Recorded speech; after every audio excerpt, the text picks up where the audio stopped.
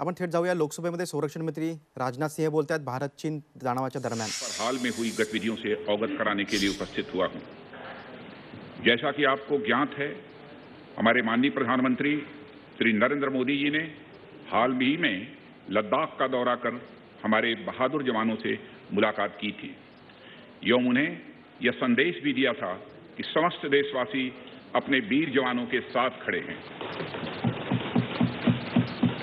अध्यक्ष महोदय, मैंने भी लद्दाख जाकर अपने शूरवीरों के साथ कुछ समय बिताया है और मैं आपको यह बताना चाहता हूं कि मैंने उनके अदम्य साहस, शौर्य और पराक्रम को महसूस भी किया है। आप जानते हैं कि कर्नल संतोष बाबू और उनके 19 वीर साथियों ने अपनी मातृभूमि की रक्षा करते हुए अपना सर्वोच्च बलिदान दिया है। अध्यक्ष महोदय, कल ही सदन ने 2 मिनट मौन रखकर उन्हें अपनी श्रद्धांजलि अर्पित की है। सबसे पहले मैं संक्षेप में चाइना के साथ हमारे बाउंड्री इश्यूज के बारे में बताना चाहता हूं। जैसा कि सदन इस बात से अवगत है कि भारत एवं चीन की सीमा का प्रश्न अभी तक अनरिजॉल्व्ड है। भारत और चाइना की बाउंड्री का कस्टमरी और ट्रेडिशनल अलाइनमेंट चाइना नहीं मानता है। हम यह मानते हैं कि यह अलाइनमेंट वेल एस्टेब्लिश्ड भौगोलिक सिद्धांतों पर आधारित है, जिसकी पुष्टि न केवल ट्रीटीज और एग्रीमेंट द्वारा बल्कि हिस्टोरिक यूजेस के प्रैक्टिसेस द्वारा भी हुई है। इससे दोनों देश सदियों से अवगत हैं, जबकि चाइना यह मानता है कि बाउंड्री अभी भी औपचारिक रूप से निर्धारित नहीं है। साथ ही चाइना यह भी मानता है कि हिस्टोरिकल ज्यूरिडिक्शन के आधार पर जो ट्रेडिशनल कस्टमरी लाइन है, उसके बारे में दोनों देशों की एक अलग अलग व्याख्या है। दोनों देश 1950 एवं 1960 के दशक में इस पर बातचीत कर रहे थे, परंतु इस पर म्यूचुअली एक्सेप्टेबल समाधान नहीं निकल पाया। जैसा कि यह सदन अच्छी तरह अवगत है कि चाइना भारत की लगभग 38,000 स्क्वायर किलोमीटर भूमि का अनधिकृत कब्जा लद्दाख में किए हुए हैं। इसके अलावा 1963 में एक तथाकथित बाउंड्री एग्रीमेंट के तहत पाकिस्तान ने पीओके की 5,180 स्क्वायर किलोमीटर भारतीय जमीन अवैध रूप से चाइना को सौंप दी है।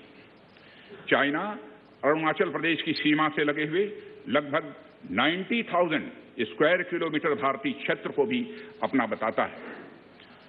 अध्यक्ष महोदय, भारत तथा चाइना दोनों ने औपचारिक तौर पर यह माना है कि सीमा का प्रश्न एक जटिल मुद्दा है, जिसके समाधान के लिए पेशेंस की आवश्यकता है तथा इस इशू का फेयर, रीजनेबल और म्यूचुअली एक्सेप्टेबल समाधान शांतिपूर्ण बातचीत के द्वारा निकाला जाना चाहिए।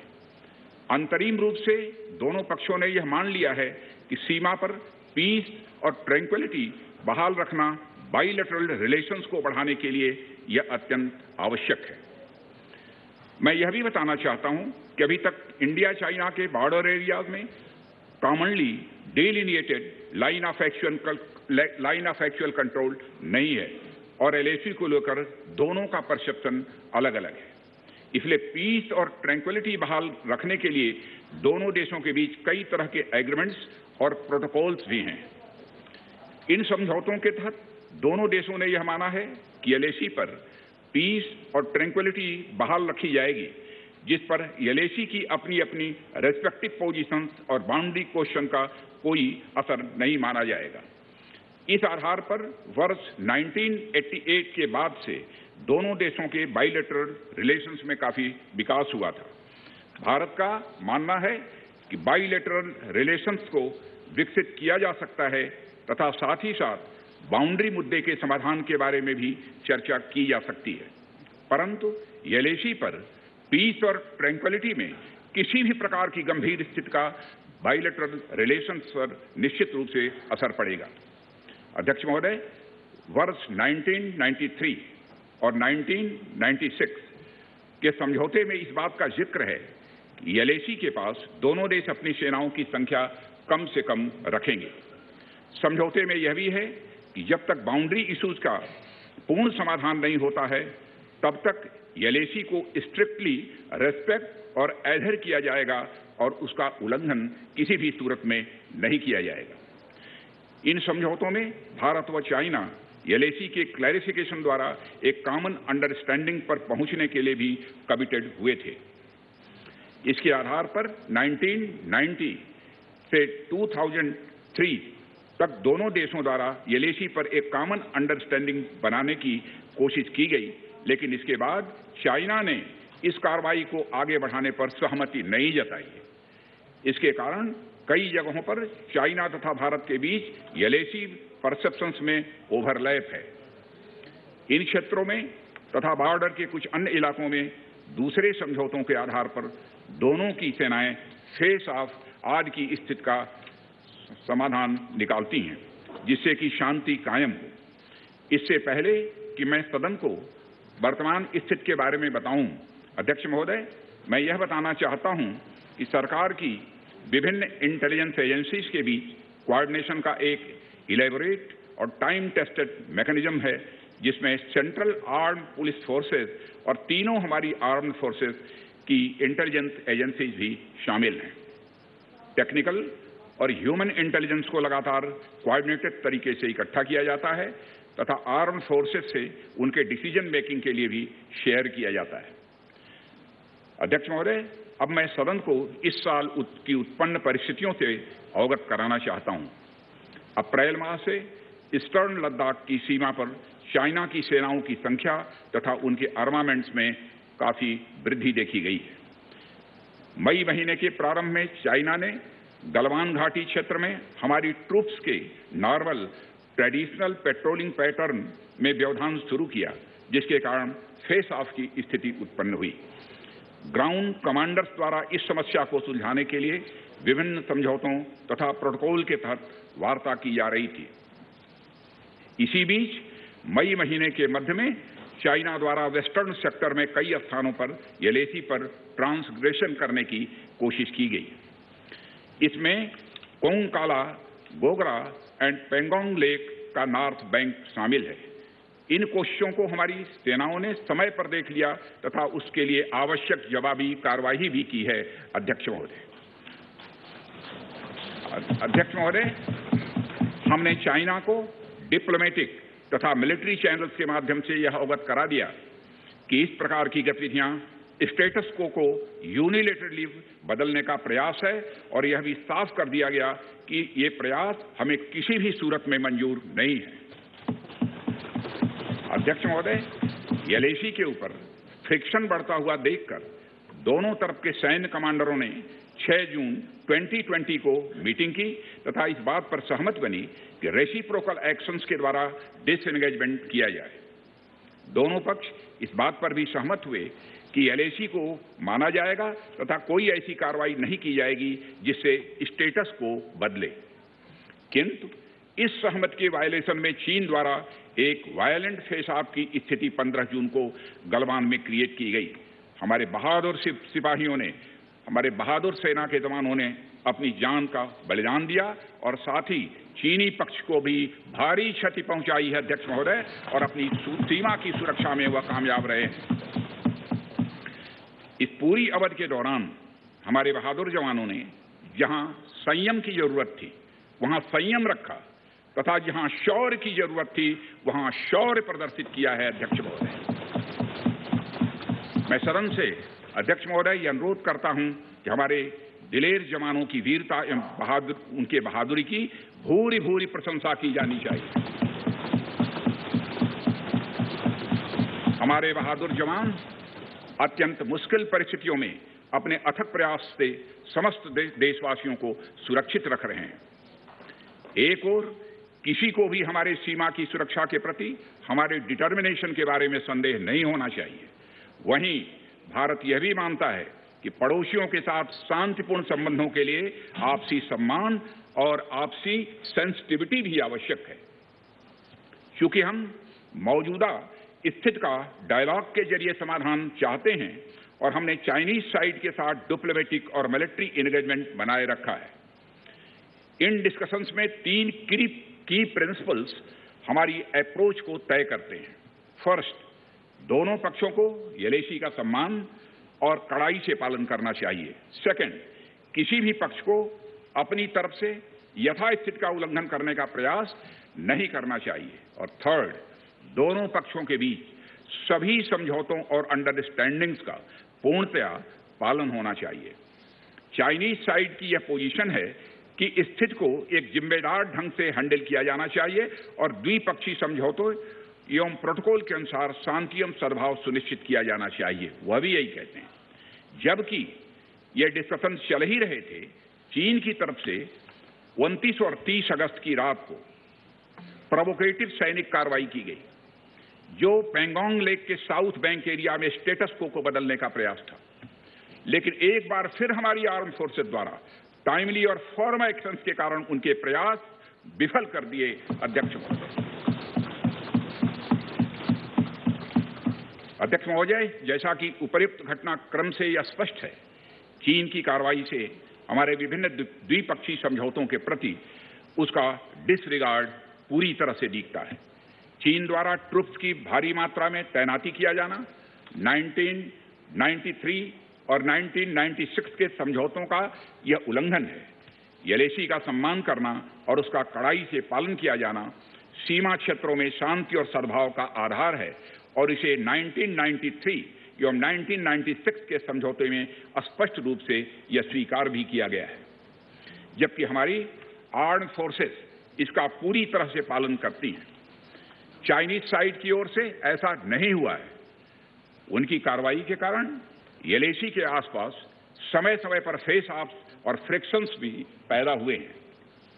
जैसा कि मैंने पहले भी उल्लेख किया, इन समझौतों में फेस ऑफ की स्थिति से निपटने के लिए विस्तृत प्रोसीजर्स और नॉर्म्स भी निर्धारित हैं। तथापि इस वर्ष हाल की घटनाओं में चाइनीज फोर्सेस का वायलेंट कंडक्ट सभी म्यूचुअली एग्रीड नॉर्म्स का पूरी तरह से उल्लंघन है। अभी की स्थिति के अनुसार चाइनीज साइड ने एलएसी और अंदरूनी क्षेत्रों में बड़ी संख्या में सैनिक टुकड़ियां और गोला बारूद मोबिलाइज किया हुआ है। पूर्वी लद्दाख और गोगरा और कोंकला और पेंगोंग लेक का नॉर्थ और साउथ बैंक पर कई फ्रिक्शन एरियाज हैं। चीन की कार्रवाई के जवाब में हमारी आर्म्ड फोर्सेस ने भी इन क्षेत्रों में उपयुक्त काउंटर डिप्लॉयमेंट्स किए हैं अध्यक्ष महोदय, ताकि भारत के सिक्योरिटी इंटरेस्ट को पूरी तरह से सुरक्षित रखा जा सके।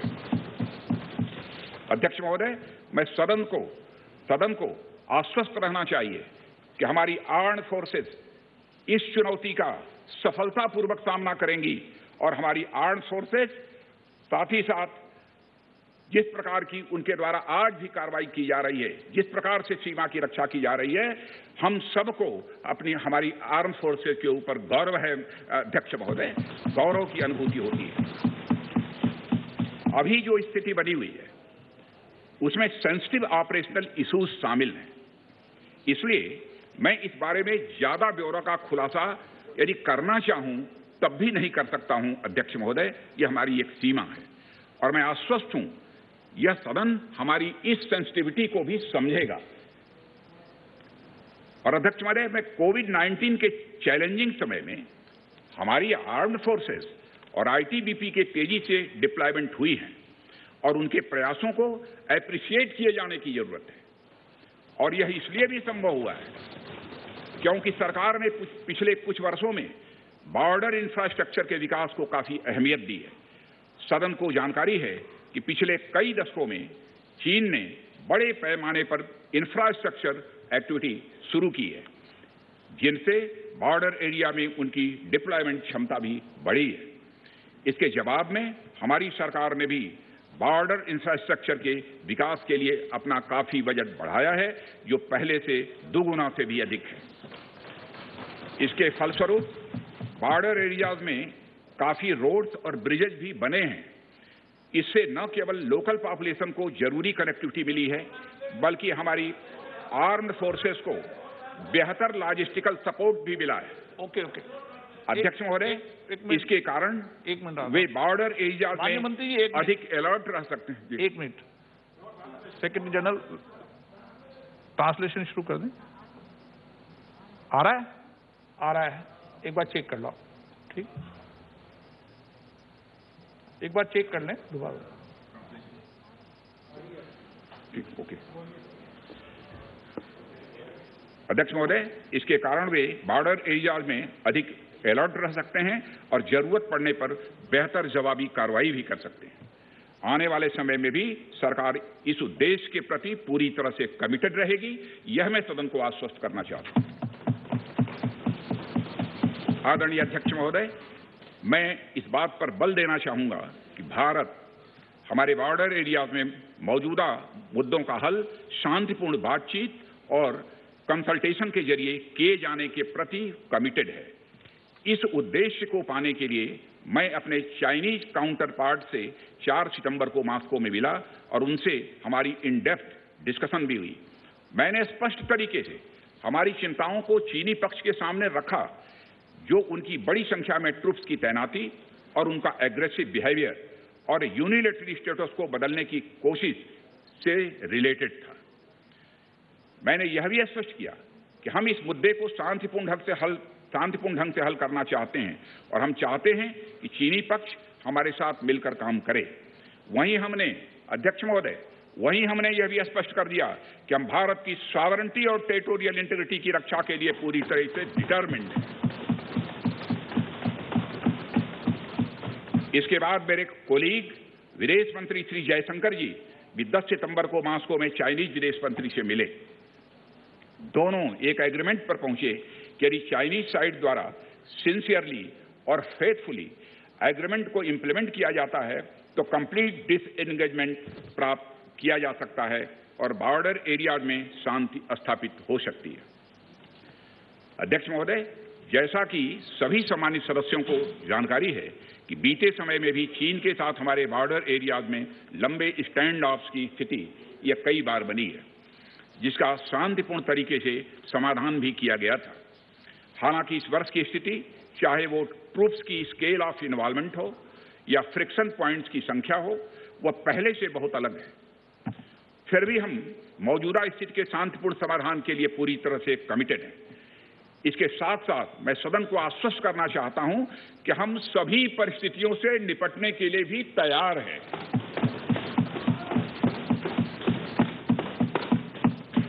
अध्यक्ष महोदय, इस सदन की एक गौरवशाली परंपरा रही है।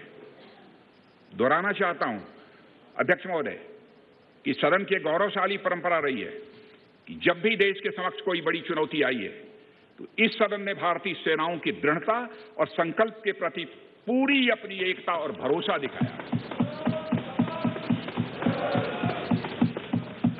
साथ ही सीमा क्षेत्र में तैनात अपने बहादुर सेना के जवानों के शौर्य, पराक्रम और सीमा की सुरक्षा के प्रति उनकी प्रतिबद्धता पर पूरा इस सदन ने विश्वास व्यक्त किया है। अध्यक्ष महोदय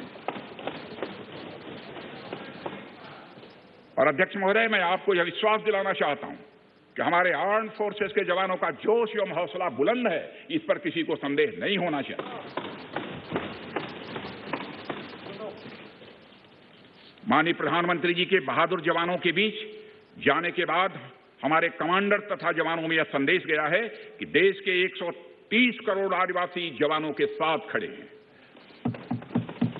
उनके लिए बर्फीली ऊंचाइयों के अनुरूप विशेष प्रकार के गर्म कपड़े, उनके रहने का स्पेशलाइज्ड टेंट तथा उनके सभी अस्त्र शस्त्र एवं गोला बारूद की पर्याप्त व्यवस्था की गई है। अध्यक्ष महोदय, हमारे जवानों का यह संकल्प सराहनीय है कि दुर्गम ऊंचाइयों पर जहां ऑक्सीजन की कमी है तथा तापमान 0 से नीचे है, उनके उत्साह में कोई कमी नहीं आती है और वे सियाचिन, कारगिल और आदि ऊंचाइयों पर अपना कर्तव्य इतने वर्षों से लगातार निभाते आ रहे हैं। और अध्यक्ष महोदय, मुझे इस गौरवमयी सदन के साथ यह साझा करने में यह कतई संकोच नहीं है कि लद्दाख में हम एक चुनौती के दौर से गुजर रहे हैं और मैं इस सदन से यह आग्रह करना चाहता हूं कि हमें एक रेजोल्यूशन द्वारा पारित करना चाहिए कि हम अपने वीर जवानों के साथ कदम से कदम मिलाकर खड़े हैं। पूरा सदन अपने वीर जवानों के साथ कदम से कदम मिलाकर खड़ा है, जो कि अपनी जान की, अपनी जिंदगी की बगैर परवाह किए हुए देश की चोटियों की ऊंचाइयों पर विषम परिस्थितियों के बावजूद हमारी भारत माता की वह रक्षा करते हैं। यह समय है जब यह सदन अपने सशस्त्र सेनाओं के साहस और वीरता पर पूर्ण विश्वास जताते हुए उनको यह संदेश भेजे कि यह सदन और सारा देश सशस्त्र सेनाओं के साथ है, जो भारत की संप्रभुता और अखंडता की रक्षा में लगातार जुटे हुए हैं। इन्हीं शब्दों के साथ अध्यक्ष महोदय, मैं अपना निवेदन समाप्त करता हूं। आइटम नंबर 11 महासचिव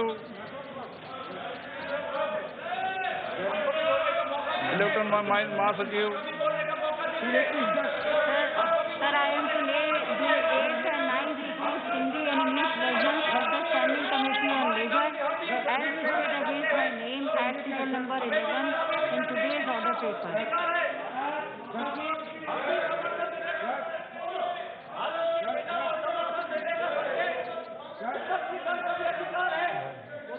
आइटम नंबर 13 से अनुराग